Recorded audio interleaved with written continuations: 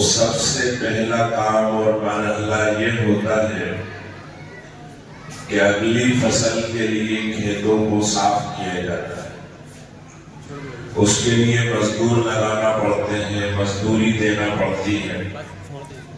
تو بعض کسان یہ کرتے ہیں کہ کھیت میں آگ لگا دیتے ہیں تاکہ کچرا جل جائے، راکھ ہو جائے، خاک میں مل جائے۔ تو حکومت کی طرف سے اعلان ہوتا ہے کہ کھیتوں میں آگ نہ لگائی جائے۔ کھیتی کے ماہرین کہتے ہیں کہ آگ نہ لگائی جائے۔ آگ لگانے سے کئی قسم کے نقصان ہوتے ہیں۔ ان میں سے ایک نقصان یہ بھی ہے کہ زمین میں ایسے بہت سے کیڑے مکوڑے ہیں جو زمین کو زرخیز بناتے ہیں، کوبل بناتے ہیں، سوراخ بناتے ہیں، زمین میں پانی پینے کی صلاحیت پیدا ہوتی ہے۔ پھر وہ کیڑے مر جاتے ہیں تو کھاد بن جاتے ہیں۔ ایسے زمین کی صلاحیتوں میں اضافہ ہوتا ہے۔ لیکن اگر آگ لگا دی جائے تو کیڑے مر جاتے ہیں اور زمین دھیرے دھیرے کر کے بنجر ہو جاتی ہے۔ ذرا سوچیں کہ وہ کیڑے جن کو ہم بغیر چشمے اور دوربین کے دیکھ بھی نہیں سکتے، اور وہ اگر ہمارے پیروں کے تلے آ جائیں تو ہم کوئی پرواہ بھی نہیں کرتے، ان کیڑوں کو بھی اللہ نے کام عطا فرمایا ہے۔ ایک بڑے انجینئر نے یہ بات کہی کہ انسانوں کی گندگی میں پایا جانے والا کیڑا اگر نہ ہو تو انسانوں کی گندگی سے انسانوں کے شہر بھر جائیں۔ لیکن وہ کیڑا ایسا کام کرتا ہے کہ گندگی بہت ساری تھوڑی سی جگہ میں آ جاتی ہے۔ ایک ایسا کیڑا جس کا نام لینا کوئی پسند نہ کرے، اسے دیکھنا پسند نہ کرے، اسے بھی اللہ نے کام دیا ہے۔ تو ذرا سوچیں کہ اس پوری کائنات کی بارات کا دلہا اور اس چمن کا پھول جسے کھلانا اور مہکانا نہ ہوتا، اللہ یہ چمن ہی نہ اگاتا، یعنی کہ انسان میں اور آپ اور ہم سب، کیا اللہ انہیں بے مقصد بنائے؟ کیڑے کو تو مقصد دیا، مکھی کو تو مقصد دیا، مچھر کو تو مقصد دیا، اور انسان کو اللہ نے بے مقصد بنا دیا؟ ہرگز نہیں۔ اللہ نے جس طریقے سے اپنی ہر مخلوق کو کوئی نہ کوئی کام دیا ہے، ویسے ہی اللہ نے انسانوں کو، آدم کے بیٹوں کو اور بیٹیوں کو کام دیا ہے اور ان کی زندگی کا ایک مقصد بنایا ہے۔ جو یہ سمجھے کہ اللہ نے اس پوری دنیا کو، زمین و آسمان کو، ستاروں کو، سیاروں کو، سب کو کسی نہ کسی مقصد کے تحت پیدا کیا ہے، تو اللہ ایسے لوگوں کی تعریف کرتا ہے۔ ان فی خلق السماوات والارض، زمین اور آسمان کی پیدائش میں، واختلاف اللیل والنہار، رات اور دن کے آنے جانے میں، لآیات لأولی الالباب، عقل رکھنے والوں کے لیے نشانیاں ہیں۔ کون ہے عقل رکھنے والے؟ ہم اپنے خاندان میں، اپنے گھر میں، اپنی برادری میں، اپنے گاؤں میں، اپنے شہر میں کس کو عقل مند، تجربے کار، سمجھدار سمجھتے ہیں؟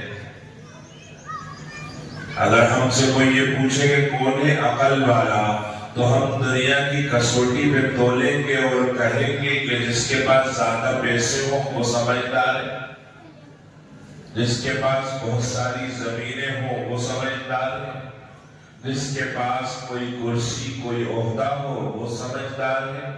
لیکن اگر یہ سوال قرآن سے کیا جائے تو قرآن کہتا ہے اولو الالباب، عقل والے، اولو الابصار، نظر والے، اولو النہا، سمجھ والے، اہل الذکر، اہل العلم وہ لوگ ہیں الذین یذکرون اللہ جو اللہ کو یاد کرتے ہیں۔ اور آیت کا اشارہ یہ کہتا ہے کہ ترجمہ اگر یہ کیا جائے تو زیادہ مناسب ہے کہ اللہ کی نظر میں عقل مند وہ ہے جو اللہ کو یاد رکھتا ہے۔ آگے فرمایا کب؟ قیامہ کھڑے ہو کر، وقعودا اور بیٹھ کر، وعلی جنوبہم اور لیٹ کر، یعنی انسان کی صرف 3 حالتیں ہوتی ہیں، یا تو وہ کھڑا ہوتا ہے، یا بیٹھا ہوتا ہے، یا لیٹا ہوتا ہے۔ ہاں نماز میں تیسری، چوتھی، پانچویں شکل ہو سکتی ہے، انسان ایکسرسائز کرے تو اور کوئی شکل ہو سکتی ہے، لیکن زندگی کی عام حالت یہ 3 ہے۔ ہر ایک شخص کھڑا ہوگا، یا پھر وہ بیٹھا ہوگا، یا وہ لیٹا ہوگا۔ تو جو اللہ کو یاد رکھے کھڑے ہو کر، بیٹھ کر اور لیٹ کر، یعنی اپنی زندگی میں 24 گھنٹے وہ اللہ کو یاد رکھے۔ اور دوسرا کام وہ لوگ کیا کرتے ہیں؟ وَيَتَفَكَّرُونَ فِي خَلْقِ السَّمَاوَاتِ وَالْأَرْضِ، زمین اور آسمان کی پیدائش میں غور کرتے ہیں، اور پھر اس نتیجے پہ پہنچتے ہیں ربنا ما خلقت هذا باطلا، اے اللہ اتنا بڑا کارخانہ تو نے بے مقصد نہیں بنایا۔ تو پھر وہ قرآن کو دیکھتے ہیں کہ ہماری اس کائنات کو اللہ نے کس مقصد کے تحت پیدا کیا ہے، پھر سمجھ میں آتا ہے اللہ نے یہ دنیا امتحان کے لیے بنائی ہے۔ تو کہتے ہیں کہ اللہ سبحانہ تو پاک ہے، اور فقینا عذاب النار، ہمیں قیامت کے دن پاس کر دینا اور ہمیں آگ کے عذاب سے، جہنم کے عذاب سے بچا لینا۔ تو جو یہ سمجھ لے کہ اللہ نے یہ کائنات مقصد کے تحت بنائی، اللہ اس کی کیسی پیاری پیاری تعریف کرتا ہے۔ اور جو لوگ مقصد زندگی کو بھول کر زندگی گزارتے ہیں، ان کے بارے میں اللہ فرماتا ہے قیامت کے دن کی منظر کشی کرتے ہوئے، جب کہ فرشتے اہل جہنم کو ان کے پیروں سے پکڑ کر، ان کے منہ کے بل کھینچ کر جہنم میں پھینک رہے ہوں گے، اللہ پورے غصے میں ان سے کہے گا افحسبتم انما خلقناکم عبثا وانکم الینا لا ترجعون، کیا تم نے یہ سوچا تھا کہ ہم نے تمہیں بیکار بے مقصد بنا دیا، اور کیا یہ سوچے بیٹھے تھے کہ تمہیں ہمارے پاس آ کر زندگی کا حساب نہیں دینا پڑے گا؟ اب دیکھو تم مرے بھی اور گڑے بھی، پھر زندہ اٹھے بھی، اب آئے ہو تو تمہیں آمدنی کی پائی پائی، رزق کے دانے دانے، زندگی کے لمحے لمحے کا حساب دینا پڑے گا۔ تو اللہ تعالیٰ نے بے مقصد نہیں پیدا کیا، مقصد عطا فرمایا۔ اور ایک بات آپ سب اس بات کو خوب سمجھ لیں کہ جو اپنا مقصد پورا کرے اس کی قیمت ہوتی ہے، اور جو مقصد کو بھول جائے وہ بے قیمت ہوتا ہے۔ کیا ہے وہ؟ یہ انسان ہو، جانور ہو یا مشین ہو۔ ابھی گرمی کا موسم شروع ہو رہا ہے، اور فریج کی کمپنیوں کے ایڈورٹائز آ رہے ہیں، سیلز مین بھی گھروں گھروں چکر لگا رہے ہیں کہ ہماری کمپنی کا فریج اتنا اچھا، اور اس کے فیچرز اتنے اچھے، اور اس کی قیمت اتنی کم۔ اب مثال کے طور پہ ہمارے گھر میں اس گرمی کے موسم میں نیا فریج آئے گا تو شریعت مند خواتین گھر کے مردوں سے کہیں گی کہ اس کا کور بھی لے آؤ بازار سے، روزانہ اوپر سے اس کو کپڑے سے صاف کریں، ہفتے میں 1 مرتبہ اندر سے صاف کریں، مہینے میں 1 مرتبہ اسے باقاعدہ دھویا جائے، بڑے پیار سے، جتن سے، سلیقے سے اس فریج کو رکھا جائے، اور کسی بچے نے اگر سکے سے اس پر اسکریچ لگا دیا یا چابی سے اس پر دستخط کر دیے تو اس بچے کی پٹائی ہو جائے، اور زیادہ غصہ آ گیا اماں کو تو ٹھکائی نہیں ہو سکتی۔ فریج سے کتنی محبت ہے انسان، کب تک؟ جب تک کہ وہ اپنا کام کر رہا ہے۔ اس کا کام یہ ہے کہ جب اس میں کوئی چیز رکھو تو وہ سڑے نہیں، دودھ پھٹے نہیں، پانی رکھو تو جم جائے، برف ملے، پتہ چلا کہ اس میں جمی نہیں رہا، دودھ پھٹنے لگا، آٹے میں خمیر آنے لگا۔ اب میکینک کو بلایا کہ بھائی اس کو دیکھو، اس نے کہا کہ اس کو لیے ہوئے بھی کئی سال ہو گئے ہیں، اب اس کے کمپریشن کی جان نکل گئی، اب آپ اسے نکال دو۔ اب نکالنے چلے کہ صاحب 30,000 کا فریج ہے، کوئی 25 میں خرید لے تو کوئی نہیں خریدے گا، 20 میں بھی نہیں خریدے گا، آخر میں اونے پونے داموں میں کوئی کباڑی اسے خریدے۔ اور جس فریج پہ سکے سے اسکریچ لگنے کی وجہ سے ہم اپنی اولاد کو، نور نظر کو، دل کے ٹکڑے کو، جگر کی گوشت کو مار رہے تھے، اب اس فریج کو کباڑی دورمٹ سے توڑے گا اور ہمیں برباد نہیں ہوگی۔ کیوں؟ کہ جب فریج کام کر رہا تھا تو اس کی قیمت تھی، اور فریج نے اپنا کام چھوڑ دیا تو بے قیمت ہو گئی۔ دودھ والا بھینس لے کر آتا ہے، اس کی بڑی خدمتیں کرتا ہے۔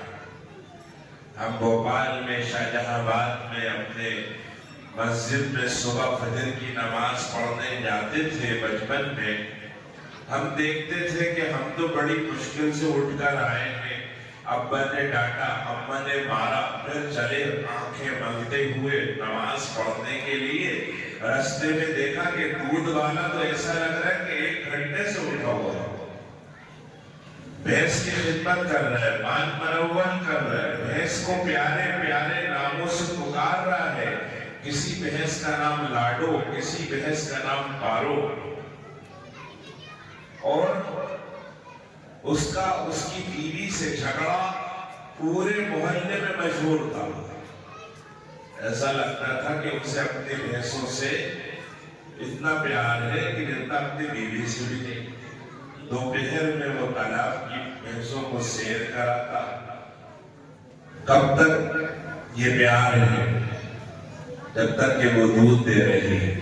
جب وہ دودھ میں سے اتر گئی، اب اس کی رسی پکڑی اور جا کے گوشت کی کاروباری کے حوالے کر دیا، اسے کاٹو پیٹو برابر کر، کیونکہ اب اس نے اپنا کام چھوڑ دیا۔ یہی حال ہمارا ہے اللہ کا معاملہ اپنے بندوں کے ساتھ۔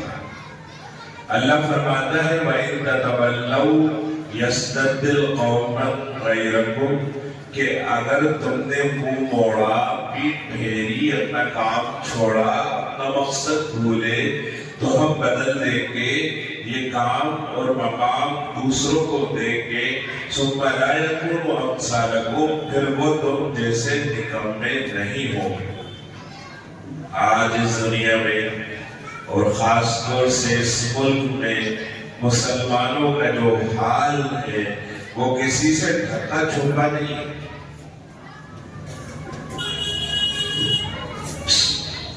معلوم یہ کرنا ہے کہ یہ حال ہمارا ہوا کیوں ہے، اس کا اگر ایک لفظ میں جواب دے دیا جائے تو وہ یہ ہے کہ ہماری زندگیاں مقصد سے ہٹی ہوئی۔ سوال یہ ہوتا ہے کہ ہم سب کی زندگی کا مقصد کیا ہے؟ علماء سے پوچھو، قرآن میں جھانکو، حدیث میں دیکھو تو پتہ چلتا ہے کہ اللہ نے ہم سب کو اپنی غلامی کے لیے پیدا کیا ہے۔ وَمَا خَلَقْتُ الْجِنَّ وَالْإِنسَ إِلَّا لِيَعْبُدُونَ۔ اللہ فرماتا ہے میں نے انسانوں کو اور جناتوں کو اپنی غلامی اور اپنی عبادت کے لیے بنایا ہے۔ اب ہم اپنے حال پہ غور کریں کہ ہماری زندگی اللہ کا غلام بن کر گزر رہی ہے یا ہم آزاد زندگی جی رہے ہیں، ہم رب چاہی جی رہے ہیں کہ من چاہی جی رہے ہیں۔ جو یہ کہے کہ میں جو چاہوں وہ کروں گا، جو اپنی ٹی شرٹ پہ نوجوان لکھ کر یہ گھوم رہا ہے مائی لائف مائی رولز، اس سے بڑا کوئی بے وقوف نہیں ہو سکتا۔ ہم گاڑی لائے ہیں پیٹرول اور ڈال رہے ہیں اس پہ ڈیزل، تو گاڑی خراب کل کی ہونے کی جگہ آج ہی ہو جائے۔ ہر مشین کے ساتھ ایک بک آتی ہے کہ اس مشین کو کیسے استعمال کرنا ہے۔ ایسے ہی اللہ نے انسان بنایا، مسلمان بنایا، مومن بنایا، مرد ہو یا عورت ہو، اللہ نے قرآن دیا کہ اس قرآن میں دیکھو اور اس کے مطابق اپنی زندگیوں کو گزارو۔ ابھی جب میں اس حال میں داخل ہو رہا تھا تو میرے کانوں میں آواز پڑ رہی تھی نماز کے متعلق۔ یہ نماز اصل ہے کیا؟ ہم نماز نہیں پڑھے تو کیا اللہ کو کوئی نقصان ہو جائے گا؟ اور اگر ہم پڑھ لیں گے تو کیا اللہ کو کوئی فائدہ ہو جائے گا؟ نہیں، اللہ کا کوئی فائدہ نہیں، ہم چھوڑے اللہ کا کوئی نقصان نہیں۔ نماز میں تو ہمارا فائدہ ہے۔ نماز تو اس لیے ہے کہ ہم دن میں 5 مرتبہ اللہ کے سامنے اپنے غلام ہونے کا اقرار کریں کہ اللہ ہم تیرے غلام ہیں۔ اللہ نے نماز بہت بڑی دولت ہمیں عطا فرمائی ہے، اور بڑے جنت کے بعد یہ نماز ہمیں ملی ہے۔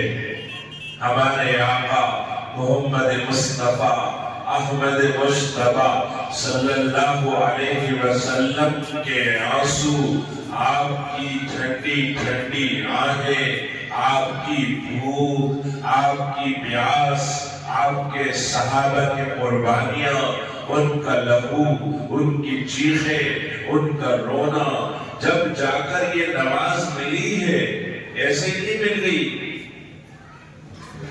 میرے آقا کے بارے میں صاحب کہتے ہیں کہ میں نے دیکھا مینا کے بازار میں ایک نوجوان جس کے بال کانوں کی لو تک تھے اور وہ دھاریوں والا ایک کرتا پہنا تھا، جوبہ پہنا تھا، اپنا دامن سمیٹے ہوئے آواز لگا رہا ہے، میں یقینی ہے کوئی جو میرا ساتھ دے، وَمَن يَنصُرُنِي، ہے کوئی جو میری مدد کرے، حَتَّى أُبَلِّغَ رِسَالَةَ رَبِّي، یہاں تک کہ میں اپنے رب کے پیغام کو لوگوں تک پہنچا دوں۔ جو میرا ساتھ دے گا فَلَهُ الْجَنَّةُ، اللہ اسے جنت دے گا۔ اور وہ کبھی ایک قبیلے کی چوکھٹ پہ جاتا، کبھی دوسرے قبیلے کی چوکھٹ پہ جاتا، اور پیچھے سے ایک شخص ذرا لمبا سا اور رنگ اس کا سرخ سفید اور آنکھیں اس کی ترچھی، اور وہ پتھر مارتا جاتا، کہتا جاتا کوئی اس کی بات نہ سنے، یہ پاگل ہے، یہ دیوانہ ہے، یہ ساحر ہے، یہ کاہن ہے۔ میں نے پوچھا کہ یہ کیا ماجرا ہے؟ لوگ کہنے لگے یہ نوجوان، اس کا نام محمد ابن عبداللہ ہے۔ تو میں لوگوں سے کہتا کہ کوئی اس کی مدد نہیں کرتا، اس کے ٹخنوں سے خون جاری ہو گیا، اس کی پنڈلیاں لہو لہان ہو گئی، ایک شخص بھرے بازار میں اسے مار رہا ہے اور لوگ کچھ نہیں کہہ رہے تو لوگ کہتے تھے کون کیا کہے گا، جو مار رہا ہے وہ سگا چچا ہے، اس کا نام ابو لہب ہے۔ اس طریقے سے اللہ کے نبی نے پورے 10 سال تک سرزمین مکہ اور مینا اور مزدلفہ کی وادیوں میں دین کی دعوت دی ہے کہ لوگ پہلے سے ہی کہتے تھے وہ قریشی نوجوان نہیں آیا، اور جب آتے تو کہتے حاضر قریشی قادم، دیکھو وہ قریشی نوجوان آ رہا ہے، اور جب آپ ان کے قریب جاتے وہ کہتے بتا تے اسو مٹنا، تم ہم سے کب تھکو گے، لیکن اللہ کا نبی تھکنے والوں میں سے نہیں ہے، ہمیں تمہیں حکم اذان لا الہ الا اللہ۔ اللہ کے نبی محنتیں کر رہے ہیں، ابو جہل ابو طالب کے پاس آیا اور اس نے کہا ابو طالب اپنے بھتیجے کو سنبھالو، وہ ہمارے معبودوں کو برا بھلا کہہ رہا ہے، ہمارے آبا اجداد کو عیب لگا رہا ہے۔ ابو طالب نے اللہ کے نبی کو بلایا اور کہا کہ بھتیجے تم ان لوگوں سے خود ہی بات کرو، تم کیا چاہتے ہو، یہ کیا چاہتے ہیں؟ ابو جہل نے کہا اے محمد تم یہ جو آج کل ایک اللہ کی دعوت دے رہے ہو، 365 بتوں اور خداؤں اور دیوتاؤں کا انکار کر رہے ہو، تم آخر چاہتے کیا ہو؟ اگر تم یہ چاہتے ہو کہ تمہاری کسی اونچے خاندان میں شادی ہو جائے تو ہم عرب کے مشہور 10 خاندان کی خوبصورت عورتوں سے ایک ہی مجلس میں ہم تمہارا نکاح کرنے کو تیار ہیں۔ اگر تم اس کام سے پیسہ کمانا چاہتے ہو ہم عرب سے سونا چاندی اکٹھا کریں گے اور سونے چاندی کا ڈھیر تمہارے قدموں میں لگا دیں گے، اور اگر تم یہ چاہتے ہو کہ اس کام کے ذریعے تمہیں سرکاری مل جائے تو ہم پورے عرب کے قبیلوں کا اتحاد قائم کر کے تمہیں عرب کا بادشاہ بنا دیں گے، لیکن تم اس کام کو چھوڑو جس کام کو تم کر رہے ہو۔ اللہ کے نبی کی آنکھوں میں آنسو آ گئے، آپ نے فرمایا اے ابو جہل اگر تم میرے ایک ہاتھ میں سورج رکھ دو اور دوسرے ہاتھ میں چاند رکھ دو، یعنی مجھے دنیا کی حکومت نہیں آسمانوں کی حکومت بھی دے دو، اور دنیا کا سارا سونا میرے سیدھے ہاتھ میں ہو اور دنیا کی ساری چاندی میرے الٹے ہاتھ میں ہو، اور اتنا غیر ممکن ناممکن کام بھی تم میرے لیے کر دو، اور مجھ سے چاہو کہ میں اس کام کو چھوڑوں، لا الہ الا اللہ کی دعوت کو چھوڑوں، میں چھوڑنے والا نہیں ہوں، اور اگر تم مجھے ڈرانے آئے ہو تو سنو میں اس کام کو کرتا رہوں گا حتی تنقطع سافلتی، یہاں تک کہ میری گردن کٹ جائے، نہ کوئی لالچ نہ کوئی دھمکی، کوئی مجھے اس کام سے نہیں روک سکتا۔ ابو طالب نے جب یہ دیکھا تو کہنے لگے میں یہ سمجھتا تھا کہ 4 دن میرا بھتیجا اس کام کو کرے گا پھر تھک کر بیٹھ جائے گا، لیکن آج میں نے دیکھ لیا کہ ان کے دل میں ایک عزم ہے، ان کے ذہن میں ایک سودا ہے، عزم ہے، یہ تو اس کام کو کر کے رہیں گے، اس لیے ابو جہل تم اپنے رستے چلو اور میرا بھتیجا اپنے رستے چلے گا۔ اگر تم نے آج کے بعد میرے بھتیجے کو چھیڑا، پریشان کیا، ستایا، تمہاری دشمنی محمد سے بعد میں ہوگی اور ابو طالب سے پہلے ہوگی۔ اب ابو جہل کو بہت برا لگا، ابو جہل کو بہت برا لگا، اور کہنے لگا کہ ہم تو آئے تھے محمد کو سمجھانے اور یہاں ابو طالب نے ہی پالا بدل لیا، اور عباس جو اللہ کے نبی کے دوسرے چچا ہیں وہ چپکے اللہ کے نبی کی مدد کر رہے تھے، تو کیا کرنا چاہیے؟ ابو جہل نے کہا ایسا کرو پورے بنی ہاشم کا بائیکاٹ کر دو، اس پورے خاندان قریش کو برادری سے چھینک دو، ان کو ان کے گھروں سے نکال کر کہیں جا کے بیڑ دو، ان کو قید کر دو۔ اب ابو لہب کے علاوہ اللہ کے نبی کے پورے خاندان کو گھر سے کھینچ کر نکالا گیا، شیب ابی طالب اور شیب عامر کے دونوں پہاڑوں کے بیچ کے درے میں لے جا کر بند کر دیا گیا کہ اگر کوئی یہاں سے نکلا تو اسے مارا جائے گا، اور کوئی ان کے خاندان میں شادی نہیں کرے گا، اگر یہ پیسوں میں بھی غلہ خریدے تو کوئی انہیں غلہ نہیں بیچے گا۔ یہ لے جا کے اللہ کے نبی کے خاندان کو بند کر دیا۔ اگر ہمارے گھروں میں بیٹی 17 سال کی ہو تو ماں باپ کو کتنی فکر لاحق ہوتی ہے، اس کی دوا، اس کی غذا کا خیال رکھا جاتا ہے، بھائیوں کو ترغیب دی جاتی ہے کہ اپنی بہن کی عزت کرو، اسے غلام نہ سمجھو کہ وہ دن بھر کام کرے جائے اور تم پڑے پڑے کھائے جاؤ۔ مسلمان بیٹیوں سے بہت محبت کرنے والا ہوتا ہے، کیونکہ اللہ نے، اس کے رسول نے ترغیب دی ہے کہ بیٹیوں سے محبت کی جائے۔ اگر کسی سے پوچھو کہ بھائی صاحب بال سفید ہو گئے، وہ کہتا ہاں صاحب بیٹیاں بڑی ہو گئی، تو بیٹیوں سے کی فکر، بیٹیوں سے کتنی محبت ہوتی ہے۔ اور اللہ کے نبی کی بیٹی حضرت زینب رضی اللہ عنہا جب 17 سال کی ہوئی، ام کلثوم اور رقیہ رضی اللہ عنہما 12 اور 14 سال کی ہوئی، اور جنتی عورتوں کی سردار فاطمہ رضی اللہ عنہا محض 6 سال کی تھی۔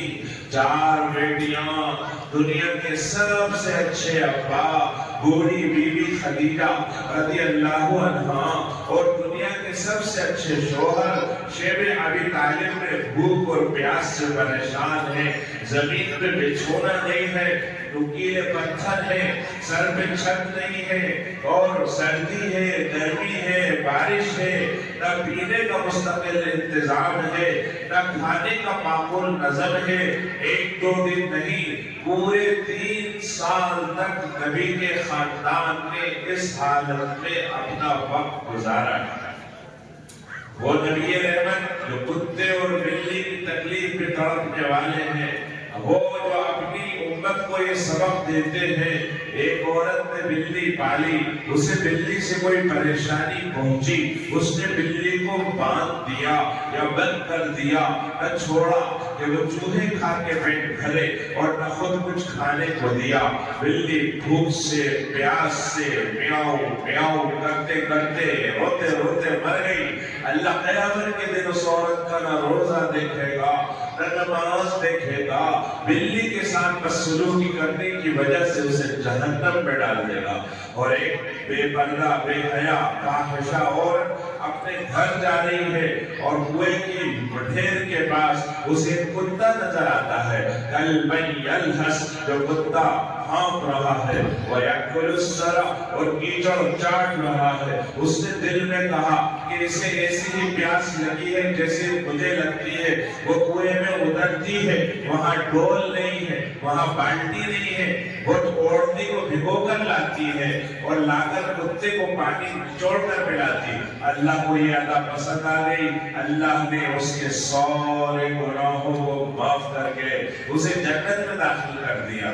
یہ سبق میرے نبی کا ہے، جو کتے اور بلی کے ساتھ حسن سلوک کا سبق دیتا ہے۔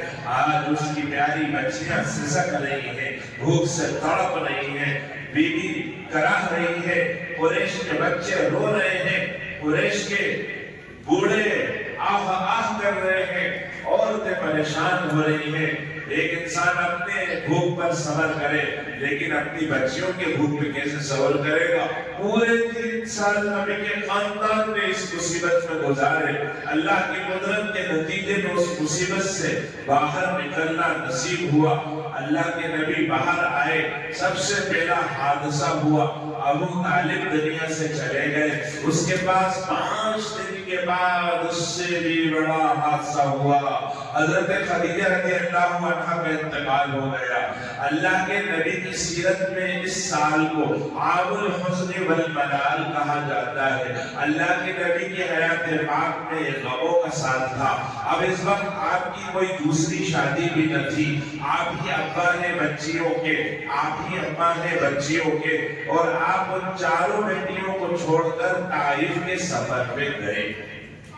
100 کلومیٹر پیدل سفر کر کے دل ٹوٹا ہوا ہے۔ شیب ابی طالب کے 3 سال کی قید کا اثر نبی کے جسم پر ہے، بیٹیوں کی حالت کا اثر نبی کی روح پر ہے، اور اپنے چچا کا دنیا سے جانے کا صدمہ، پھر حضرت خدیجہ کی جدائی، 1000 غم سینے میں لے کر نبی ان وادیوں میں چلا جا رہا ہے۔ جب ہم وہاں سے چلے، طائف سے جب مکہ آئے اور مکہ سے ہم طائف گئے، ہم نے دیکھا خدا کی قسم ہم تو نظر نہیں جما سکتے، ایسی چلچلاتی دھوپ ہوتی ہے، پہاڑوں کو نظر اٹھا کے نہیں دیکھ سکتے، اور اللہ کا نبی ان پہاڑوں پر اپنے منہ بولے بیٹے زید ابن حارثہ کے ساتھ پیدل سفر کر کے 100 کلومیٹر چلے۔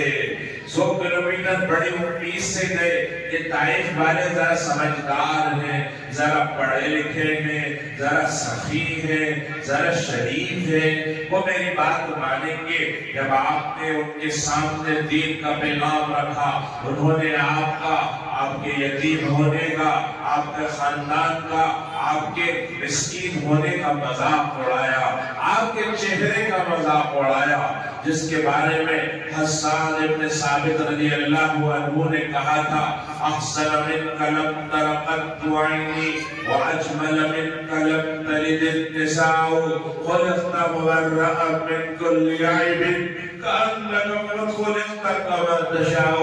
آپ سے زیادہ حسین چہرے والا میری آنکھوں نے کوئی دیکھا نہیں، آپ سے زیادہ پیارا دنیا کی ماں میں سے کسی ماں کا بچہ ہوا نہیں، آپ تو ایسے عیبوں سے پاک ہو کر پیدا ہوئے ہیں جیسے اللہ نے آپ کو آپ سے پوچھ کر پیدا کیا ہو۔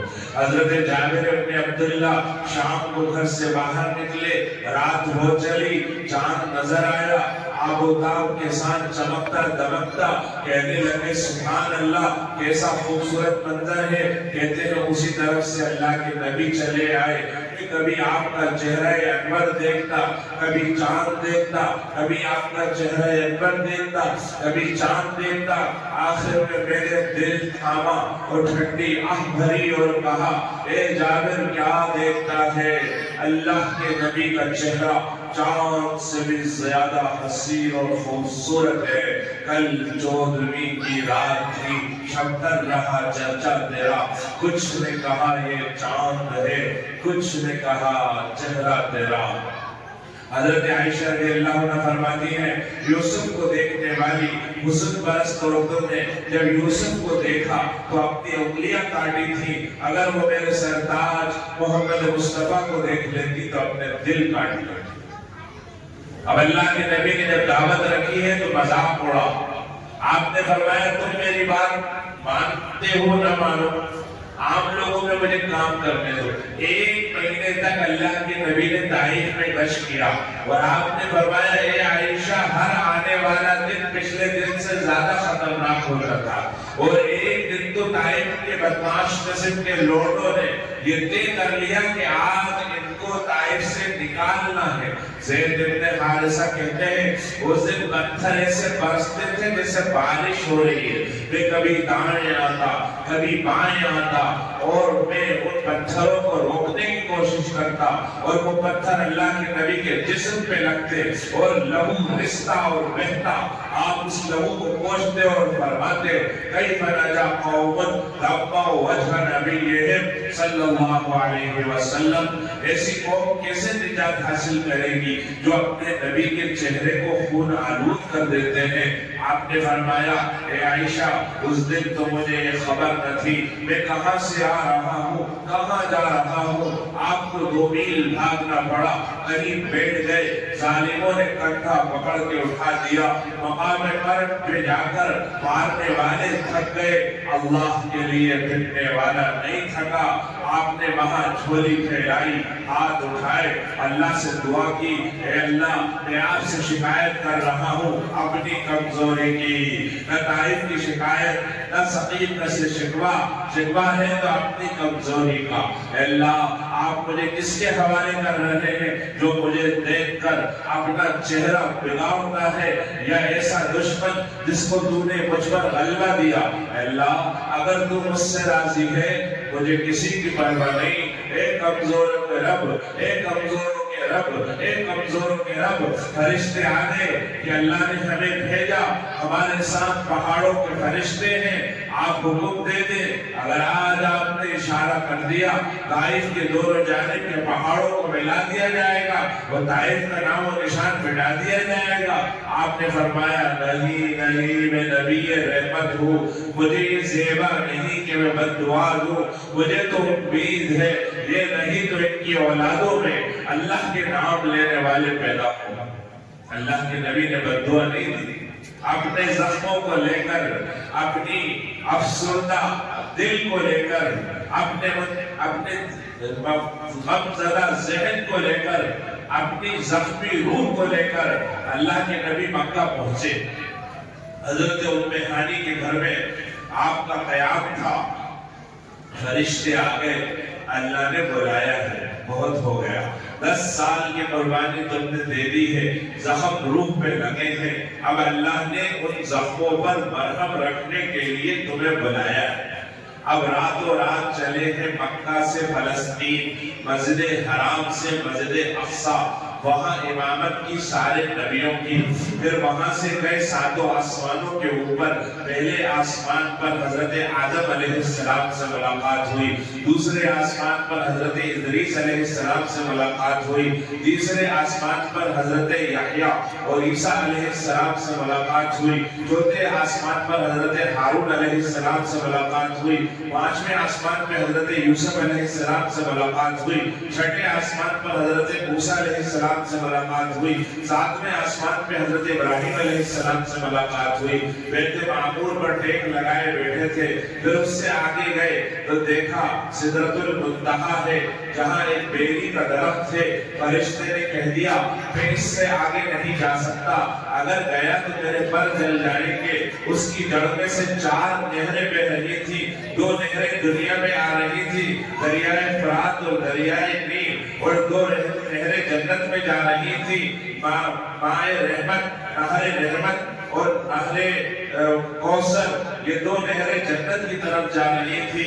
اللہ کے نبی پھر اس سے آگے بڑھے، شریف الاقلام پہ پہنچے، جہاں تقدیر کا قلم تقدیر لکھ رہا تھا، اس کی سرسراہٹ آپ سن رہے تھے، اس سے آگے بڑھے، عرش معلیٰ پہ پہنچے، اللہ نے کہا قریب آ، قریب آ، قریب آ، قاب قوسین یا ادنیٰ کے مقام پر پہنچ گئے، اور پھر وہاں پر آپ نے اللہ کے سامنے اپنا نذرانہ عقیدت پیش کیا، التحیات للہ والصلوات والطیبات، اے اللہ جتنی بھی زبانی عبادتیں ہوتی ہیں، جتنی بھی بدنی عبادتیں ہوتی ہیں، جتنی بھی مالی عبادتیں ہوتی ہیں، سب تیرے لیے ہیں، سب تیرے حضور پیش ہیں۔ پھر اللہ نے اپنے نبی کو سلام کہا، السلام علیکہ ایھا النبی ورحمۃ اللہ وبرکاتہ۔ اس سے اعلیٰ سلام کائنات میں کبھی دیکھا نہ ہوگا۔ فرشتے بھی عشعش کرنے لگے، رش کرنے لگے کہ اللہ نے اپنے محبوب کو عرش پہ بلایا، اور یہاں بلا کر اللہ سلام کر رہا ہے۔ اس سلام کی روحانیت اور نورانیت کو دیکھ کر فرشتوں نے جھولیاں پھیلا دی اور فقیرانہ صدا لگا دی، السلام علینا۔ اس سلام کا تھوڑا سا حصہ ہمیں بھی مل جائے۔ ایسے وقت میں نبی کو ہم یاد آ گئے، تم یاد آ گئی، میں یاد آ گیا، ہم سب یاد آ گئے، امت مرحومہ یاد آ گئی، امت مسکینہ یاد آ گئی۔ یہاں ملن ہو رہا ہے عاشق و معشوق کا، حبیب و محبوب کا۔ 10 سال کی قربانیوں کے بعد اللہ کے نبی اللہ سے ملاقات کرنے پہنچا ہے، اور وہاں نبی کو امت یاد آ جاتی ہے۔ اللہ کے نبی نے فرمایا وَعَلَىٰ عِبَادِ اللَّهِ الصَّالِحِينَ، میری امت کے مومن بندوں کو بھی اس سلام سے پورا حصہ ملنا چاہیے۔ پھر اللہ نے تحفے دیے، نبی کو جو بڑے بڑے تحفے دیے، اس میں سے ایک تحفہ تھا نماز کا۔ شجاع پور کے مرد، شجاع پور کی عورتیں اپنا دل چھوٹا کرتی اور یہ سوچتی اللہ کے رسول کی شان نرالی ہے، وہ تو عرش پر اللہ سے ملاقات کرنے گئے تھے، ہماری کیا اوقات اوقات ہے، ہماری کیا بساط ہے، وہاں پر اللہ نے نماز دی کہ اگر تمہاری امت کو مجھ سے ملاقات کرنا ہے، اٹھائیں لوٹا، کریں وضو، بچھائیں مصلی، پڑھیں نماز، ہو رہی ہے مجھ سے ملاقات۔ نماز اللہ سے ملاقات کا نام ہے۔ اگر کوئی چھوٹا موٹا نیتا ہمارے محلے میں آ جائے، ہمارے نوجوان اس کے پیچھے بھاگتے ہیں، بھاگتے بھاگتے فوٹو کھینچ لیتے ہیں، پھر فیس بک پہ ڈال دیتے ہیں کہ نیتا جی کے ساتھ سکون کے 2 پل۔ ذرا سا کوئی نیتا دنیا کا مل جائے تو بڑی عزت سمجھتے ہیں، اور وہاں بادشاہوں کا بادشاہ خود بلوا رہا ہے، آ جاؤ مجھ سے ملاقات کرنے۔ اس ملاقات کا ہم نے کیا حال کیا ہے یہ ہمیں خوب معلوم ہے۔ نماز اللہ سے ملاقات ہے، اسی لیے اللہ فرماتا ہے جس طریقے سے تم دنیا میں ایک دوسرے سے ملاقات کرتے ہو، تقریبوں میں جاتے ہو، سنبھل کے جاتے ہو، سلیقے سے جاتے ہو، اچھے کپڑے پہن کر جاتے ہو، حتی تخرج من تحت اشفارہ، پلکوں کے نیچے سے گناہوں کا میل کچیل نکل جاتا ہے۔ وہ جب وضو کر کے یہ بندی اڑتی ہے، خرجت تقیا من الذنوب، گناہوں سے پاک صاف ہو گئی۔ اب مصلی کی طرف قدم بڑھایا، ہر قدم پر نیکیوں کی بوچھار، رحمتوں کی برسات، درجات کا بلند ہونا، گناہوں کا معاف ہونا۔ دنیا کے دولہا دلہن کے قدموں پر وہ پھول نچھاور نہیں کیے جاتے، نمازی کی قدموں پر اللہ نیکیوں کو نثار کرتا ہے۔ اور جا کے جیسے نیت بانی اور کہا اللہ اکبر، اللہ فرماتا میرے اور میری بندی کے بیچ میں جتنے پردے ہیں سب اٹھا دو۔ پھر یہ پڑھتی ہے الحمدللہ رب العالمین، تمام تعریف اللہ کے لیے ہے جو تمام عالموں کا رب ہے۔ اللہ جواب دیتا ہے حمدنی عبدی، میرا بندہ میری بندی میری تعریف کر رہی ہے۔ الرحمن الرحیم، اللہ بڑا مہربان نہایت رحم کرنے والا ہے۔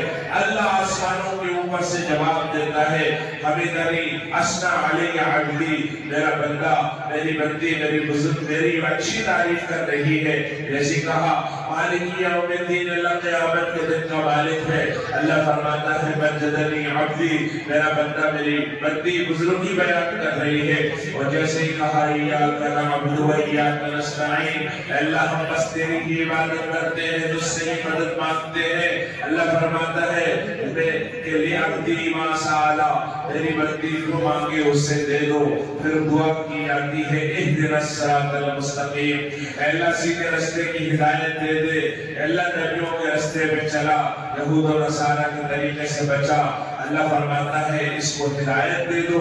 پھر کوئی سورت پڑھی، یہاں سے آیت گئی، وہاں سے جواب آیا، پھر رکوع کیا تو اللہ کے قریب ہو گئے، سجدہ کیا تو قریب در ہو گئے۔ جب کوئی اللہ کی بندی سجدے میں پڑی ہوتی ہے، فرشتے اس کے سر کے پاس اکٹھا ہو جاتے ہیں اور کہتے ہیں اے آدم کی بیٹی، اگر تجھے یہ خبر ہو جائے تو اللہ کے کتنا قریب ہے تو قیامت تک اپنا سر سجدے سے اٹھانا پسند نہ کرے۔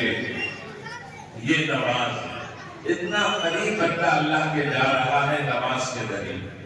ایک مزے شہید ہو گئی 92 میں، ساری دنیا میں کوہرام مچ گیا اور بچنا چاہیے تھا، سارے مسلمانوں کو غم ہوا اور ہونا چاہیے تھا، لیکن اللہ کے نبی نے یہ بھی فرمایا جس نے نماز چھوڑ دی فقط ہدمت دین، اس نے دین کی عمارت کے ٹکڑے اڑا دیے۔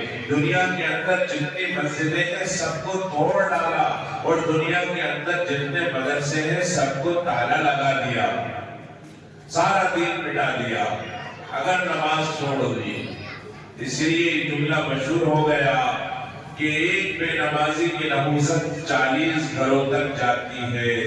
ہر طرف 40 گھر، 80 دنی 160 گھر، ایک بے نمازی 160 گھروں کو برباد کرنے کے لیے کافی ہے۔ برباد گلستہ کرنے کو ایک ہی الو کافی تھا، یہاں ہر شاخ میں الو بیٹھا ہے، انجام گلستہ کیا ہوگا؟ ہر گھر میں اگر بے نمازی ہوگا تو بستی کا کیا حال ہوگا؟ وہ بستی کیسے آباد ہو سکتی ہے جہاں پر بے نمازی رہتا ہو؟ تو ضرورت اس بات کی ہے کہ بچپن سے ہی ہم اپنے بچوں کی تربیت ایسی کریں، کسی حال میں وہ نماز نہ چھوڑیں، وہ کبھی یہ نہ بھولیں کہ ہم اللہ کے بندے ہیں، ہم اللہ کے غلام ہیں، جو اللہ کا حکم ہوگا وہ کریں گے۔ اگر بچے بے نمازی ہوں گے باقی سارے گناہ ان کے اندر آ جائیں گے، بچے نمازی ہوں گے سارے گناہوں سے بچے بچ جائیں گے۔ جب بچے بگڑ جاتے ہیں تو ہم کہہ دیتے ہیں شیطان نے بگاڑ دیا، ماحول نے بگاڑ دیا، دوستوں نے بگاڑ دیا۔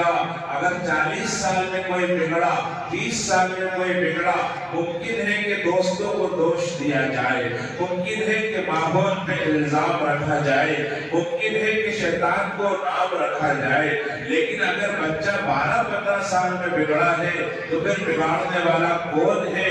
یہ سوال اگر میرے آقا محمد مصطفیٰ احمد مجتبیٰ مخبر صادق صلی اللہ علیہ وسلم سے پوچھا جائے کہ نبی جی 12-15 سال میں بچے بگڑ گئے، کس نے بگاڑا؟ آپ کا دو ٹوک جواب ہے والدین نے بگاڑا۔ آپ نے فرمایا کل مولود یولد علی الفطرہ، ہر بچہ فطرت اسلام پر پیدا ہوتا ہے، ہر بچہ مسلمان پیدا ہوتا ہے، ہر بچہ اللہ والا ہوتا ہے، اللہ سے ڈرنے والا ہوتا ہے۔ اس کے والدین اسے یہودی بناتے ہیں، اس کے والدین اسے نصرانی بناتے ہیں، اسے اس کے والدین بگاڑتے ہیں۔ تو والدین کو الزام دیا کیونکہ موت کی شکل میں بچہ ہمارے ہاتھ ہے، اور عورتوں کی جو ذمہ داری بڑی ہوئی ہے، اللہ نے لوہار کا کام مردوں کو دیا ہے، سونار کا کام عورتوں کو دیا ہے، مردوں کا کام ہے بسوں میں دھکے کھانا، مردوں کا کام ہے اپنے آفس میں اپنے سیٹ کی ڈانٹ سننا، مردوں کا کام ہے اپنے خون کو پسینے کی شکل میں بہانا، مردوں کا کام ہے گڈھے کھودنا، مزدوری کرنا، حمالی کرنا، دکان چلانا، کھیتی کسانی کرنا۔ عورتوں کا کیا کام؟ قرنت فی بیوتکن، اپنے گھروں میں جم کر بیٹھو، اپنے بچوں کی دینی تربیت کرو، جو پوری نسل اللہ نے آپ کے حوالے کی ہے، کیونکہ آپ میں جذبات کی طاقت ہے۔ جتنے بھی چھوٹے بچوں کے اسکول ہوتے ہیں ان میں عورتوں کو ٹیچر رکھا جاتا ہے، کیونکہ یہ صلاحیت عورتوں میں ہے۔ اگر یہ ٹھان لے تو فرعون سے موسیٰ کو بلوا سکتی ہے، اگر یہ ٹھان لے یہ کچھ بھی ناممکن کو ممکن کر سکتی ہے۔ پہلا زمانہ تھا کہ بچے جو ہے گھروں کے اندر چھوٹے ہوتے تھے اور لوریاں سنتے تھے، مائیں کہتی تھی حسبی ربی جل اللہ ما فی قلبی غیر اللہ، نور محمد صلی اللہ، لا الہ الا اللہ، اللہ اللہ اللہ اللہ۔ جب بچہ سنتا تھا 1 سال بعد جب وہ بولنا شروع کرتا تھا تو اللہ بولتا تھا سب سے پہلے۔ آقا نے فرمایا جس کی آخری بات لا الہ الا اللہ ہو وہ جنت میں داخل ہو گیا۔ اور یہ حدیث تو آپ نے بہت سنی ہوگی لیکن یہ حدیث ذرا کم سنی ہوگی۔ آپ نے یہ فرمایا جس کی پہلی بات لا الہ الا اللہ ہو اور آخری بات لا الہ الا اللہ ہو وہ جنت میں داخل ہو گیا۔ آخری بات لا الہ الا اللہ تو ہونا ایسے ممکن ہے، میری زندگی لا الہ الا اللہ والی گزرے گی تو میرا آخری بات لا الہ الا اللہ ہوگا، لیکن پہلی بات لا الہ الا اللہ ہو۔ بچہ جب بولے تو اللہ کا نام لے، یہ ذمہ داری ماں کی ہے، یہ ذمہ داری باپ کی ہے، بار بار اس کو اللہ اللہ کہا جائے، بچپن سے اس کی تربیت کا نظام بنایا جائے۔ ایک قبیلہ بہت مشہور تھا کہ وہ اپنے بچوں کی تربیت بہت اچھے سے کرتے ہیں۔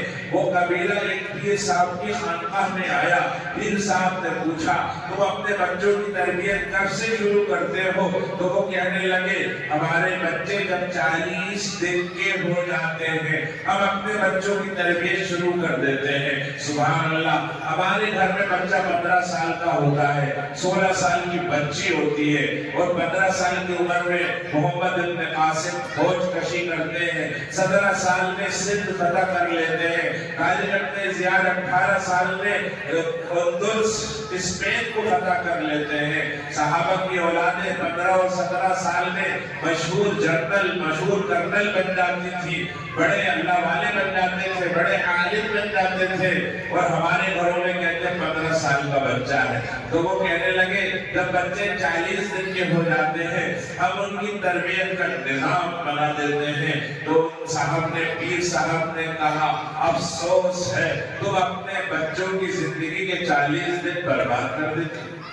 جس دن بچہ پیدا ہوا اس دن اس کے کان میں اذان کہی، کان میں اقامت کہی، کیوں کہی؟ جب وہ سمجھ نہیں رہا۔ یہ سوچنا کہ بچہ نہیں سمجھتا یہ غلط ہے۔ پہلے دن سے بچہ ہر لفظ کو سنتا ہے، پہلے دن سے بچہ ہر منظر کو دیکھتا ہے۔ اگر 1 سال میں اس نے ابا ابا زیادہ سنا، سب سے پہلے ابا بولے گا، اما اما زیادہ سنا، سب سے پہلے اما بولے گا، اللہ اللہ زیادہ سنا، سب سے پہلے اللہ بولے گا۔ تو وہ زمانہ تھا کہ لوریاں بھی توحید اور رسالت سے آراستہ و بے راستہ ہوتی تھی۔ ایک اکبر ماں بھی ہوتی تھی تو کہتے تھی نیکی بیوی آتی ہے، نیکی کے پاپڑ کرتی ہے، نیکی کا تعارف ہوتا تھا۔ بچہ سمجھتا تھا نیکی کوئی بہت بڑا انعام ہے، نیکی کوئی بہت اچھی چیز ہے۔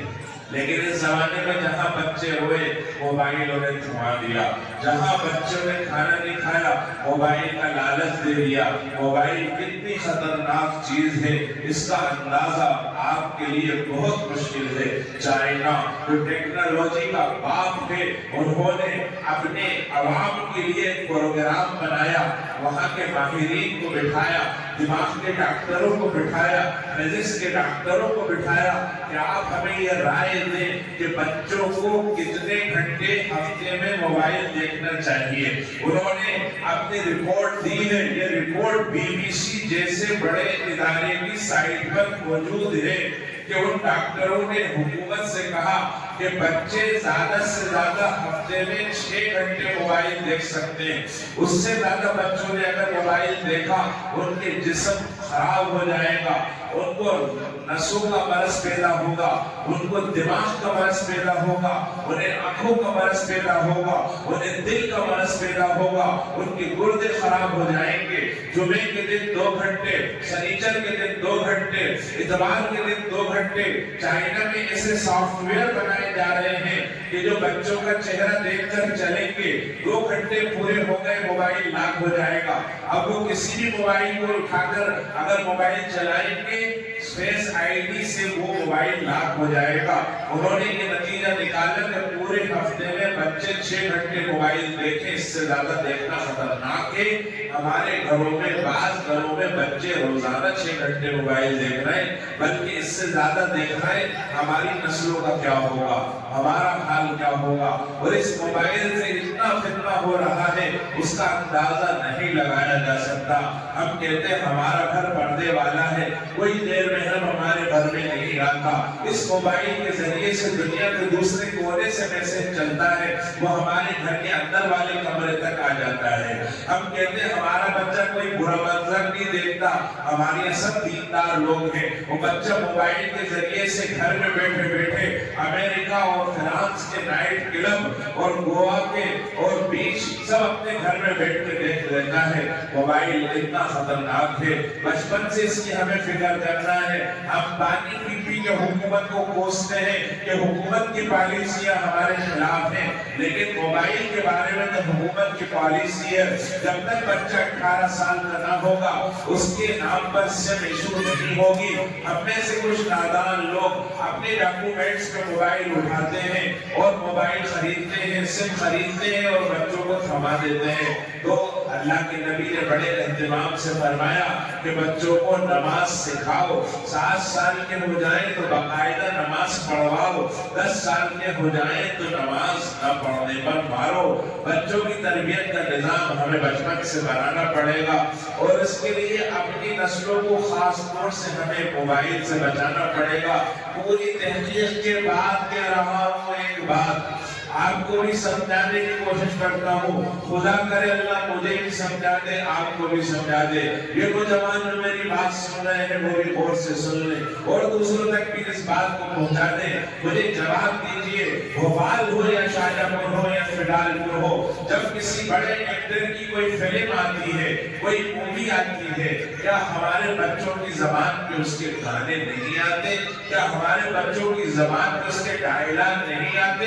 ایک فلم آئی، بچہ اپنی گردن کی طرف چھری سے اشارہ کر رہا تھا اور کہہ رہا تھا میں فائر ہوں فلاور نہیں ہوں۔ بچوں نے جو ہے ڈائیلاگ کاپی کر لیے، بچوں نے گانے سن کے یاد کر لیے۔ جب دجال آئے گا وہ آج کے فلمی ہیرو اور ایکٹر سے بڑا ایکٹر ہوگا، لاکھوں گنا زیادہ صلاحیت مند ہوگا، اور اس کی فلمیں آج کی فلموں سے زیادہ پرکشش ہوگی، ہزاروں گنا زیادہ پرکشش ہوگی۔ جو معاشرہ اور جو بچے اور جو نسلیں آج کی فلموں سے، آج کے ڈراموں سے نہیں بچ پا رہے، آج کی ریلز سے نہیں بچ پا رہے، بتاؤ دجال سے کیسے بچیں گے؟ یقیناً جو بچے آج موبائل کے عادی ہیں سب سے زیادہ دجال کے فتنے میں مبتلا ہوں گے۔ اگر دجال کے فتنے سے ہمیں اپنے بچوں کو بچانا ہے، 18-20 سال تک آپ انہیں بالکل موبائل بند کر دیجئے، ان کی دینی تربیت کیجئے، انہیں مکاتب میں بھیجئے، مدارس میں بھیجئے، اپنے گھر میں تعلیم کا نظام بڑھائیے۔ میرے اپنے گھر میں بچے 18 اور 17 سال کے ہو گئے، میں نے ابھی تک انہیں ملٹی میڈیا موبائل سے ہاتھ لگانے نہیں دیا۔ جب بچہ 16 سال کا ہوا تھا اور دور مدرسے جانے لگا تو چھوٹا سا 800 روپے کا پری پیڈ موبائل دلایا۔ اب وہ 6 مہینے میں موبائل بہانوں سے کھو دیتا ہے، توڑ دیتا ہے، اور میں اس سے کہتا ہوں کہ جب آپ کی شادی ہو جائے گی تب آپ کو موبائل چلانے کی اجازت ملے گی، کیونکہ جب آپ سمجھدار ہو جائیں گے اس سے پہلے ہم آپ کو موبائل نہیں دیں گے۔ میری بہنوں، یہ موبائل بہت خطرناک ہے۔ ایک آخری بات کہہ کر میں اپنی بات ختم کر رہا ہوں۔ اول تو مجھے یقین ہے کہ جو بات جس عورتوں کے بارے میں بات کہہ رہا ہوں اس قسم کی عورتیں اس مجمع میں موجود نہیں ہوں گی۔ مجھے یقین ہے کہ پورے شجاع پور میں مسلمانوں میں خاص طور سے ایسی عورتیں نہیں ہوں گی، لیکن میں کہہ رہا ہوں کہ اس بات کو سن کر آپ دوسروں تک پہنچا دیجئے۔ اگر کہیں خاندان میں دور دراز میں کوئی ایسی بچی آپ کو ملے جس کے بارے میں میں ابھی اپنی بات کہنا چاہتا ہوں تو میری بات پہنچا دیجئے۔ مجھے پورا یقین ہے کہ آپ کے اندر ایسی کوئی عورت اور کوئی بچی موجود نہیں ہوگی۔ آج کی بچیوں کا کیا حال ہے، خاص طور سے موبائل کے سلسلے میں بعض بچیوں کو دیکھا گیا کہ وہ پہلے میک اپ کرتی ہیں، اس کے بعد کیمرے پہ فلٹر لگاتی ہیں، اس کے بعد اپنا فوٹو کھینچتی ہیں، اس کے بعد اسے سوشل میڈیا پر اپلوڈ کر دیتی ہے، کبھی فیس بک پر، کبھی انسٹاگرام پر، کبھی کسی واٹس ایپ کی ڈی پی پر یا اسٹوری پر انہوں نے اپنا فوٹو لگا دیا۔ اب یہ فوٹو چلا، ابا نے دیکھ لیا، بھائی نے دیکھ لیا، سگے چچا نے دیکھ لیا، ماموں نے دیکھ لیا، یہ تو محرم ہے۔ چلیے اب وہ فوٹو پر آگے بڑھے گا تو خالو نے دیکھا، نامحرم ہے، پھوپھا نے دیکھا، نامحرم ہے، پھوپھی ذات، چچا ذات، ماموں ذات، خالہ ذات، بھائیوں نے دیکھا، سب نامحرم ہے۔ اس کے بعد محلے کے بدماش قسم کے لڑکوں نے بھی دیکھا، جن کے تھانے میں فوٹو لگے ہیں، جو ہسٹری شیٹر ہیں، جو جیلوں کی ہوا کھا کے آئے ہیں، ان گندے مزاج کے لڑکوں نے بھی اس فوٹو کو دیکھا۔ پھر وہ آگے بڑھا، دنیا کے سب سے برے بے ایمان لوگوں نے، جو اللہ کو نہیں جانتے، جو رسول کو نہیں جانتے، جو عورتوں کی بے حرمتی اور بے عزتی کرتے ہیں، جو قاتل ہے، جو مرڈرر ہے، جو ڈاکو ہے، جو چور ہے، ان لوگوں نے اس کو دیکھا اور پھر نہ جانے کن نظروں سے دیکھا، کیسے گندے گندے خیالات سے دیکھا۔ اگر کوئی محبت سے دیکھتا ہے ہم کہتے ہیں نظر لگ گئی، کوئی برے خیال سے دیکھے گا بتاؤ نظر نہیں لگے گی۔ اللہ کے نبی نے فرمایا کہ اگر انسان کی نظر اونٹ کو لگ جائے، اونٹ ہانڈی میں پہنچ جاتا ہے، اور انسان کی نظر انسان کو لگ جائے تو انسان قبر میں پہنچ جاتا ہے۔ اور جب کوئی عورت بے پردہ ہوتی ہے تو شیطان اسے بھولتا ہے، شیطان کی نظر خطرناک ہوتی ہے، انسان کے مقابلے میں ہزاروں گنا زیادہ شیطان کی نظر خطرناک ہوتی ہے۔ اب یہ فوٹو معاشرے میں چل رہا ہے اور یہ بچی بیچاری یہ سوچ رہی ہے کہ مجھے کتنے لائک ملے، اب تو 10 مل گئے، اب تو 100 مل گئے، اب تو 200 مل گئے، اب تو 1000 ہو گئے۔ اور یہ بات اللہ کے نبی نے 1450 سال پہلے کہی تھی۔ ایک زمانہ ایسا آئے گا، مائلات مویلات عاریات قاسیات عاریات مائلات مویلات، کہ عورتیں ایسی ہوں گی پردہ کر کے بے پردہ ہوں گی، کپڑے پہن کے بے پردہ ہوں گی، اور وہ یہ چاہے گی کہ لوگ انہیں پسند کریں، وہ لوگوں کی طرف خود مائل ہوں گی، انہیں اپنی طرف مائل کریں گی۔ صحابہ کی آنکھیں پھٹ گئی، ایسا کیسے ہوگا؟ اللہ نے عورت کو حیا والا بنایا ہے، مرد میں بگاڑ ہونا ہے، لیکن دین کی وجہ سے وہ اپنے غلط خیالات سے بچ جاتا ہے۔ لیکن عورت کو پاک ہوتی ہے، اس کے مزاج میں حیا ہوتی ہے، عورت ہندو ہو یا مسلمان ہو، اللہ نے اس میں حیا رکھی ہے۔ ہر عورت یہ پسند کرتی ہے کہ وہ کسی کے سامنے نہ آئے۔ ایسا کیسے ہوا ہے؟ اللہ کے نبی کی قیامت سے پہلے عورتوں میں یہ چاہت پیدا ہو جائے گی، لوگ انہیں دیکھیں، لوگ انہیں پسند کریں۔ اللہ کے نبی نے کہا تھا کہ ایسا ہوگا۔ اب بتاؤ، جو عورت، جو بچی فیس بک پر اپنا فوٹو میک اپ کر کے ڈال رہی ہے، وہ کیا یہ نہیں چاہ رہی کہ لوگ مجھے پسند کریں؟ اس کی خبر تو 1450 سال پہلے اللہ کے نبی نے دے دی تھی کہ ایسا زمانہ آئے گا۔ اب مثال کے طور پہ 1,00,000 لائکس مل گئے، یہ تو بہت خوش ہو گئی۔ قیامت کے دن 1 ڈس لائک ملے گا، اور وہ ہوگا محمد مصطفیٰ صلی اللہ علیہ وسلم کا۔ اللہ کے نبی نے فرمایا کہ میری طرف میری امت آئے گی، میں انہیں جامع کوثر پہناؤں گا، پھر دوسری جماعت آئے گی، فرشتے اس جماعت کو روک لیں گے اور جہنم کی سلاخوں سے ان کے منہوں کو داغیں گے اور انہیں بھگائیں گے۔ میں رو کے کہوں گا کہ میری امت ہے، آنے دو۔ فرشتے کہیں گے اے اللہ کے نبی، آپ کو خبر نہیں کہ انہوں نے آپ کے دین کا کیا حشر کیا؟ اللہ کے نبی اپنا منہ پھیر لیں گے اور کہیں گے صحبت صحبہ، انہیں میری نظروں کے سامنے سے ہٹا دو۔ قیامت کے دن اگر اللہ ناراض ہو جائے، نبی کی سفارش پہ راضی ہو جائے گا، بتاؤ نبی ناراض ہو جائے بندہ کہاں جائے؟ آج کی صرف اس پوسٹ کی وجہ سے، فیس بک کی وجہ سے اگر بچیاں اپنے دین کو مٹا رہی ہیں، بہت بڑا اپنا نقصان کر رہی ہیں۔ اپنے بچوں کی نگرانی کریں، تربیت کی ذمہ داری آپ کی ہے۔ بچوں کو اگر اسکول بھیج رہی ہیں اچھی بات ہے، ڈاکٹر بناؤ، انجینئر بناؤ، لیکن یہ ضرور طے کرو کہ کسی نہ کسی مکتب میں ہمارا بچہ اور ہماری بچی جائے گی۔ مدرسے میں جو بچے جائیں گے وہ تو بہت ہی مبارک ہیں، جو بچے اسکول میں جا رہے ہیں اور ایک بچہ نہ چھوٹے محلے کا، ہر بچہ مکتب میں جا رہا ہو، گھر میں تعلیم ہو رہی ہو، اللہ کے راستے میں وقت لگایا جا رہا ہو، علماء کی مجلس میں شرکت ہو رہی ہو۔ اللہ تبارک و تعالی ہم سب کو عمل کرنے کی توفیق عطا فرمائے، اللہ کی غلامی میں جینے کی، نبی کی سنت کی اتباع کی توفیق عطا فرمائے۔ وآخر دعوانا ان الحمد للہ رب العالمین۔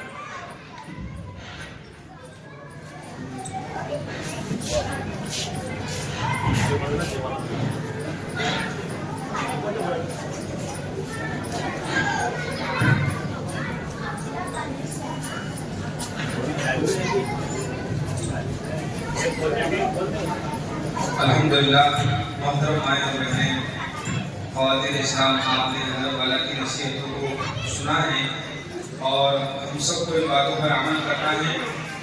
اللہ تعالیٰ ہماری نسلوں کی حفاظت فرمائے اور ہم سب کو نمازوں کا پابند بنائے۔ ابھی جو حضرت نے فرمایا مکتب کا اس پر خاص طور سے توجہ دینا ہے. ہمارے یہاں رواج یہ ہے کہ بچہ جب 9 سال کا ہو جاتا ہے تو ہم مکتب جانا بند کر دیتے ہیں. علیہ وسلم اے اللہ ہمارے گناہوں کو معاف فرما دے، خطاؤں کو درگزر فرما دے، ساری لغزشوں ساری کوتاہیوں کو معاف فرما. وہ گناہ جو ہم سے ہوئے اور ہمیں یاد ہے معاف کر دے، جو ہم نے کر کے بلا ڈالے معاف فرما دے، جو عالم اعلان سر عام سر بازار اپنی طاقت کے جوش میں کیے معاف فرما دے، جو تنہائیوں میں کیے معاف فرما دے.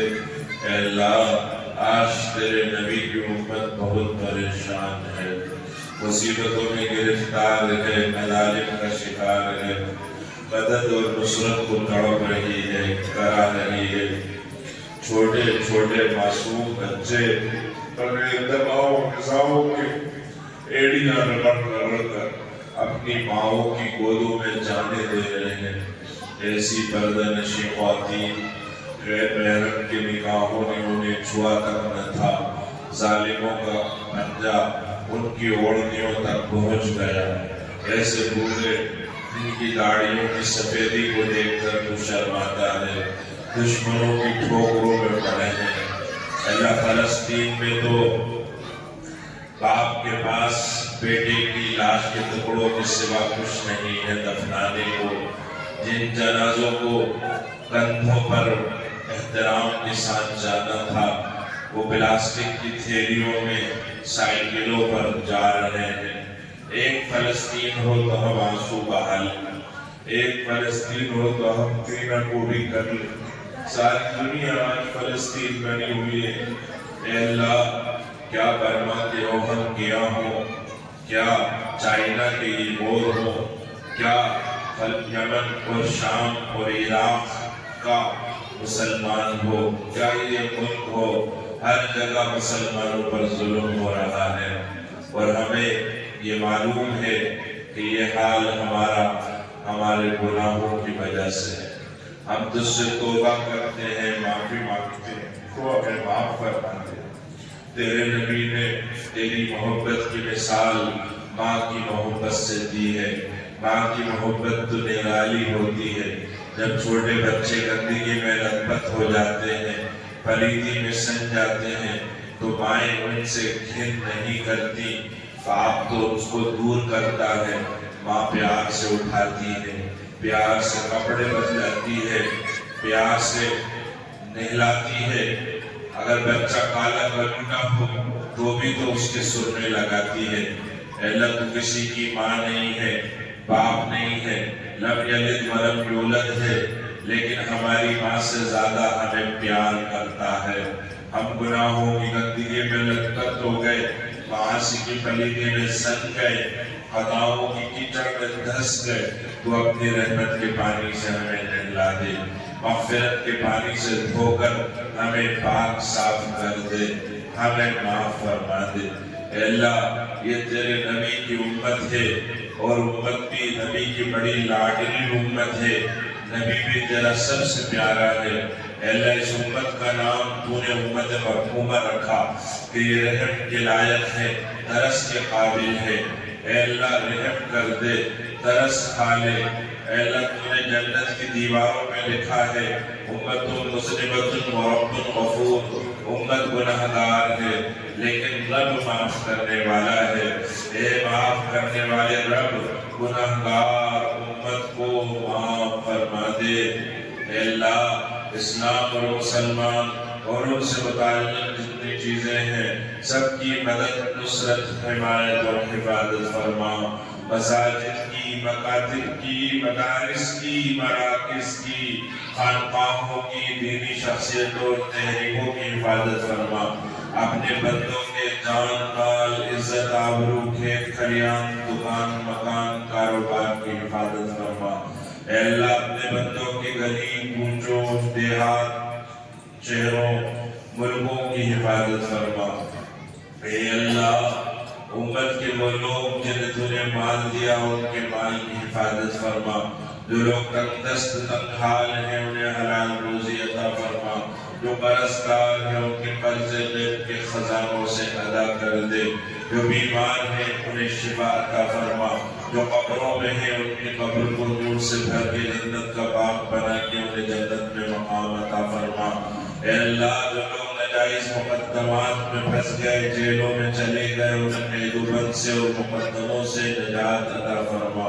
اے اللہ اولاد کے سلسلے میں ماں باپ کی تمناؤں کو پورا فرما، اولاد کو ماں باپ کی آنکھوں کا تارا بنا دے، کانٹا نہ بننے دے، دل کا سکون و قرار بنا، سینے کی جلن اور اڑہن نہ بننے دے۔ اے اللہ اپنے دین کا کام ہم سے لے لے، اگر تو کام لینے کا ارادہ کرے تو اصحاب کہف کے کتے کو بھی کام پہ لگا دیتا ہے۔ ہم تیرے بنائے انسان ہیں، تیرے نبی کی امتی ہیں، اپنے دین کا کام ہم سے لے لے، موت تک ہم سے کام لے کر اسے قبول کر لے، اسے ہماری نجات کا ذریعہ بنا۔ اے اللہ حشر کے روز عرش کا سایہ، تیرا دیدار مبارک، تیرے نبی کی شفاعت اور حوض کوثر کا پانی نصیب فرمانا، منکر نکیر کے سوالات کو آسان کر کے، بولے صراط پہ سے سہولت سے گزروا کے، جنت الفردوس میں تیرے نبی کے پڑوس میں مقام عطا فرما دینا۔ اے اللہ ہمارے دنیا آخرت کے مسائل کو ہم سے زیادہ تو جانتا ہے، سارے مسائل حل فرما، ہماری دنیا آخرت کی ضروریات سے ہم سے زیادہ تو واقف ہے، ساری ضرورتوں کو پورا فرما۔ اے اللہ یہ بہنیں تیری محبت میں آج یہاں پہنچی ہیں، تیری محبت میں یہاں جمع ہیں، گھر کے کاموں کو چھوڑ کر مصروفیت میں سے وقت نکال کر آئی ہیں، ان کے آنے کو قبول فرما، ان کے دلوں میں جو تیری اور تیرے نبی کی محبت ہے اس میں برکت عطا فرما، ان کی نسلوں میں دین کی داعی شدائی پیدا فرما، ان کے بیٹوں کو خالد و عمر کی مثال بنا، ان کی بیٹیوں کو خدیجہ عائشہ رضی اللہ عنہم اجمعین کی مثال بنا، ان کی ہر دعا کو قبول فرما، ان کی ہر تمنا کو پورا فرما۔ اے اللہ ہماری تمام تر دعاؤں کو اپنے فضل و کرم سے قبول فرما۔ اے اللہ جن لوگوں نے آج کے اس جلسے کا انعقاد کیا ہے انہیں جزائے خیر نصیب فرما۔ اے اللہ مفتی ارشاد صاحب کو بھی طاقت، قوت، ہمت، استقامت عطا فرما، اور جتنے بھی لوگ آج ان کے ساتھ شریک ہیں، جتنے بھی نوجوان ہیں، اے اللہ سب کو تو خاص طاقت عطا فرما، ان سب کو داعی و مبلغ بنا، دنیا بھر میں داعی کی حیثیت سے ان کے ذریعے سے تو کام لے لے۔ اے اللہ ہماری دعاؤں کو اپنے فضل و کرم سے قبول فرما لے۔ وصلی اللہ تعالی علی خیر خلقہ محمد وعلی آلہ وصحبہ اجمعین برحمتک یا ارحم